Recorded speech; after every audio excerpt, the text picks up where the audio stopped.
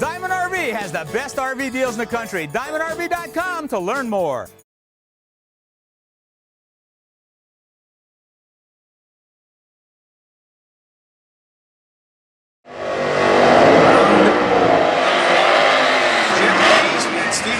Hebert from Westlake, Louisiana. Tom the Quick, the name of the car, the 68 Barracuda. Jim Keys, the leader of the 68 Barracuda on the National Dragster side.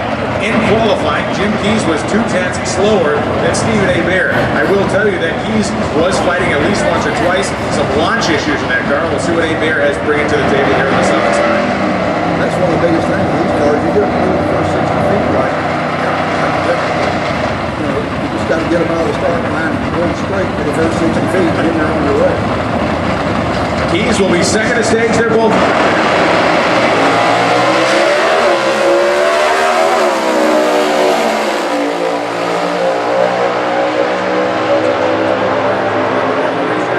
Another 68 Barracuda. This is Mike Booker here from Davenport, Washington. The 1968 models on both sides, of course. In this category, it's either a 68 Barracuda or a Dart. Are you a Dart or a Barracuda guy? Both. I've driven both. I like both of them. He's a brave man. He's a policeman. He's had lunch with him here. A couple months ago, I was over there. We would take lunch. No, thank you. The direct connection, Plymouth of Mike Booker, fully staged. Cleve Stewart.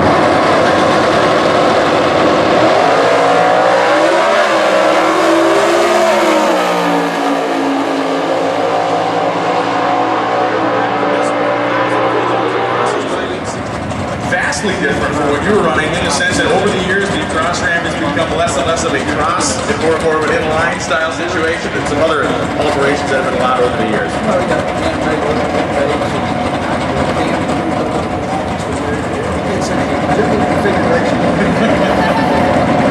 Well, Steve Kent running a gear chamber over there at the National Dragster.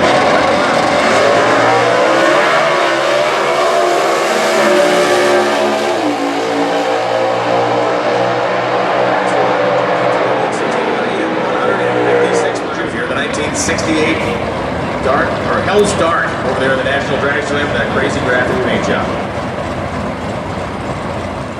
Back that way. It's a pretty amazing thing when you think about it. The small quantity that are constructed, the number that have actually survived, and that have been raced for their entire lives. Oh yeah, yeah. These were race cars. They weren't street cars. They came off the city line as a race car. And these cars changed the world of drag racing back then. They really did. This was the predecessor.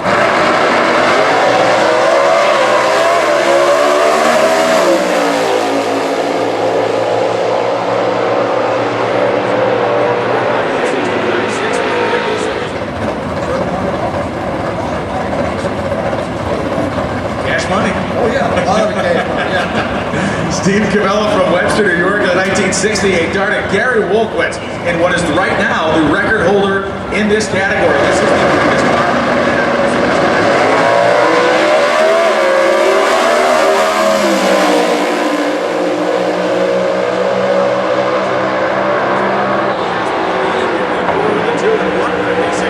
put down out there. Oh yeah, Lloyd Wofford and Fred Henson coming up now. Henson from Madisonville, Texas, the automotive dealer from that area of the country, the great state of Texas, and Wofford from Jonesboro, Arkansas. Well, I'm responsible for Lloyd being here. He called me one day when we were working on Comella or something like that.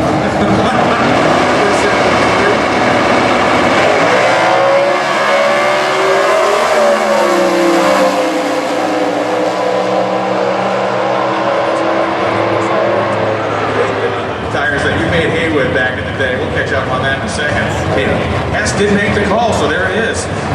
Bucky Hess, the 68 Barracuda, the Candy Cuda, one of the greatest looking 68 Barracudas ever put down at Drag Street. And Don Bales from Cartersville, Indiana, on the National Dragster side. So Bales is pre-staged. Hess is now going to put it in. This could be one of those situations where you go out there and maybe the car isn't right, you try to get the kind of red light against you, you don't know what's going on, but we do know that they were late.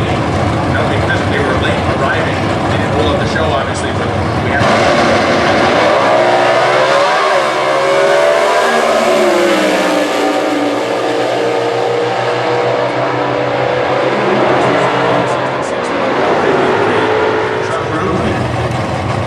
Wheeler from that area of the country down in Bayou Country. Warburton from Peculiar, Missouri.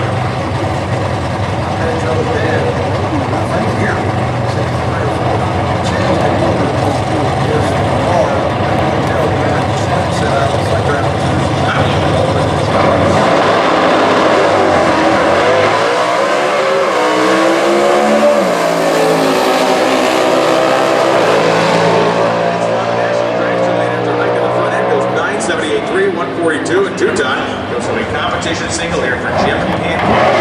He's going for his weekend, I should say, in the Mopar Hemi Challenge.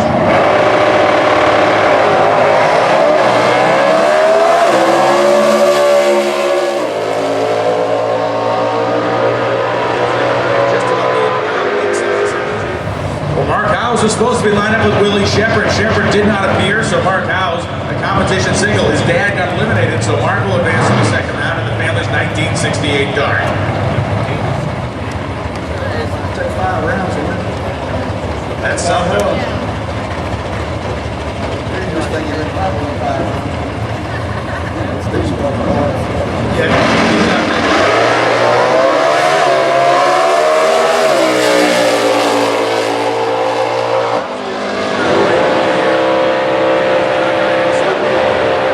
Painting his car in that famed B5 or Petty Blue on the National Dragster side. He's got those little militia cams logos on the front fenders. This is the company operated by Charlie Westcott Jr. So the Westcott's here in spirit, certainly, but they're listening at home. Toronto, Ontario.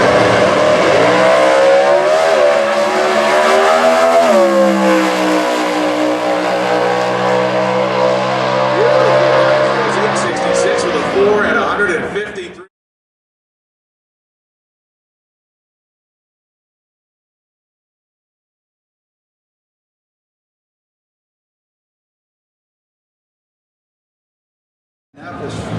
March 1st, we were together for 3 days. Just before it happened, he was perfectly fine. A couple of weeks later.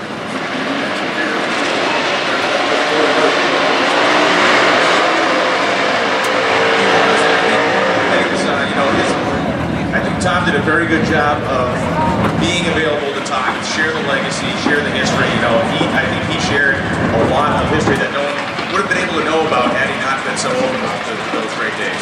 5 years old there. And he was the guy that designed the Hemi. He did the Max Red, he did the Hyperpack 6-cylinder.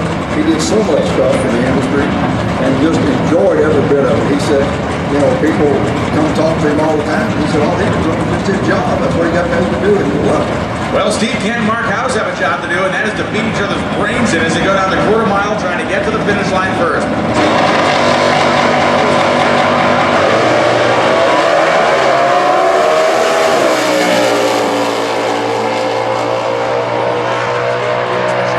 As Mark Howes goes 870 with a 5 at 151, and Steve Kent will slowly coast down the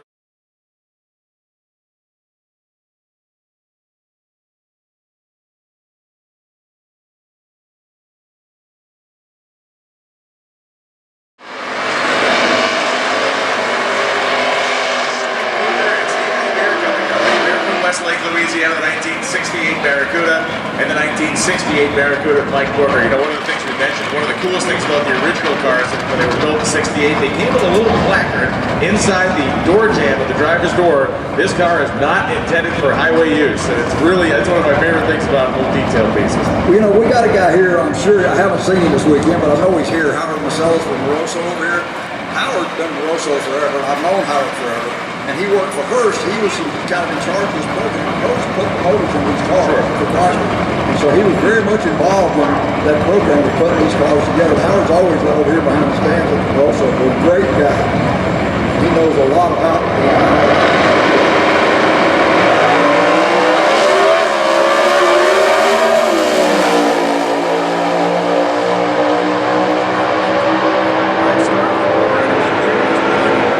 Lloyd Wofford on the summit side in the Barracuda. Jonesboro, Arkansas, home for Lloyd, Pancake, and Ohioan John Hall Racetrack sponsor for Jim Pancake. Lloyd had a really good run while ago.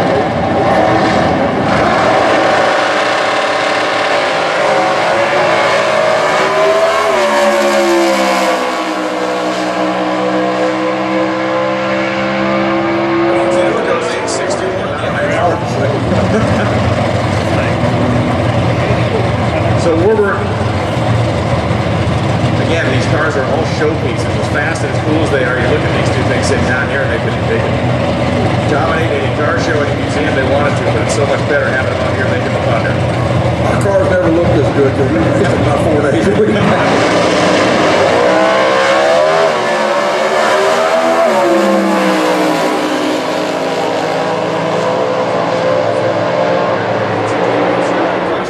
Sure, circle track racing was a dominant, scene down there. How did you end up in the straight line stuff and not end up driving around in circles? Because you would have been successful whatever you're doing, clearly. Well, I don't know. In Memphis, we had some guys that put the drag strip together there. Raymond Godman, Bill Taylor, Thad Collins, and Larry Coleman, and a bunch of us got interested in it. We just all wound up at the drag strip. Those guys would bend over backwards to help us. They're great people. I still see Raymond. Raymond did 80. Raymond won the first NHR race in Kansas. Oh, he's still running around with his packing cars and all this stuff. That guy's not stopping. Yeah.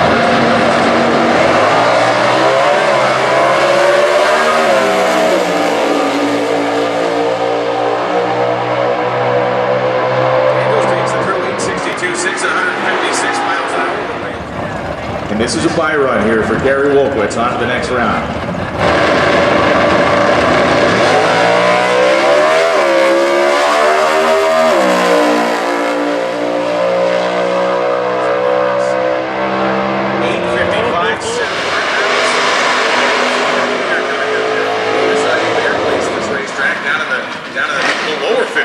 54 last time down.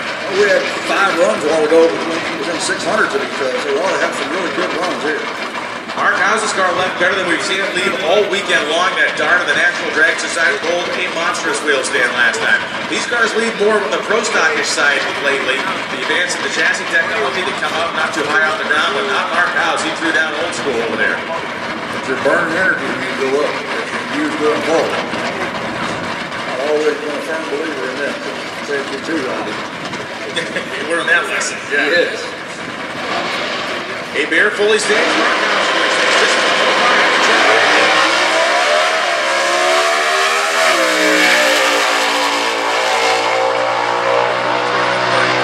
Mark House goes 864 with an 8 and 152 in the House family.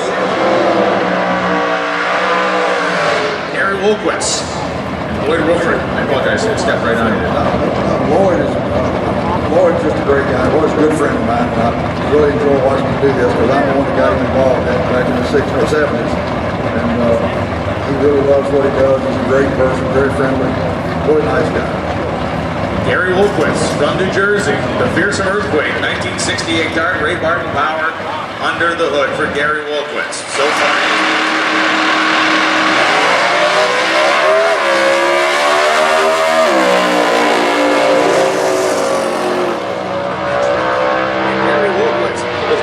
Displeased when he sees Woodford put up a 72 red light. That hurts. But man that don't never red light, he don't win races because he's late most of the time. Yes, there is that. And Jim Daniels and Gus Mantas make up the final pair of this round of the Mopar Hemi Challenge. 1968 Barracuda Mantas on one side and the 1968 Dart Jim Daniels on the other. The house car for Ray Barton Racing Engines. Yeah, I have red lighted thousands of dollars away in my life. It does actually hurt when you start thinking about a monetary value. Yes, it does. The emotional pain's one thing, but your wallet's a totally different zip code. I red lighted Randy in final New York. I know that hurt. And he broke it.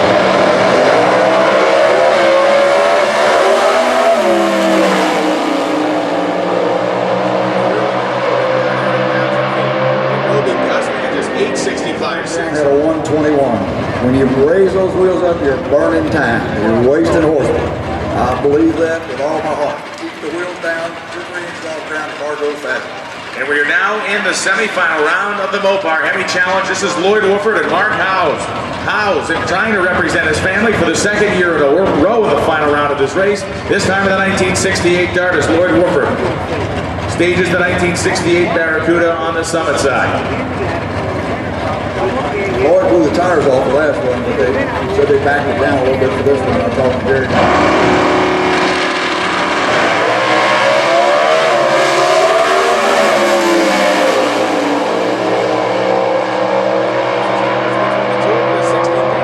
Comes after Lloyd Wofford, 861.6, or either 861.7, Lloyd told me, or his guys did, that they backed the car back down a little bit. They had it stepped up for that last round. They blew the tires off of it, and the other guy red lighted, so they got him back in.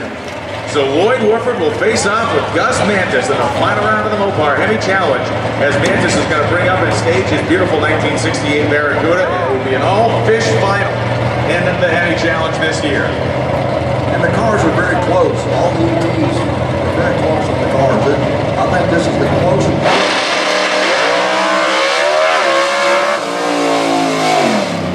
Gus Mantas, yeah, drove it out to 330 and clicked it off. Not sure if that was the plan, but we got a nice majestic wheel stand out of it anyway. That was the plan. He knows he's in the final. He'll save that motor. Keep that thing together. Gus Mantas, it's heads-up competition. First to the finish line, no breakout. It is a final round of the Mopar Hemi Challenge, and it is happening right now. These are two 8-second cars. Mantas' car leads with the front end, at least it did yesterday, with a 1.5, 2 feet in the air for 100+ feet. Following that, we have the factory stock showdown. So don't go anywhere. As both burnouts are beginning now.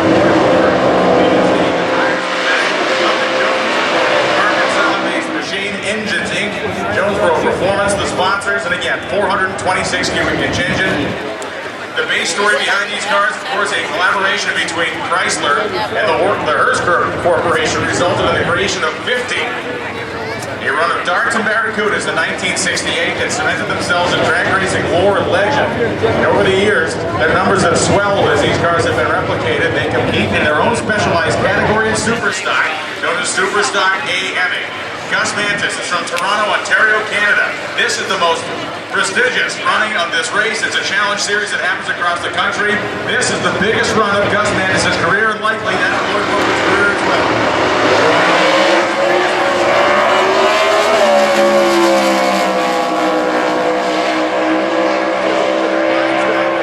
Lloyd Wofford at 64 years old goes 8.62 with a 1.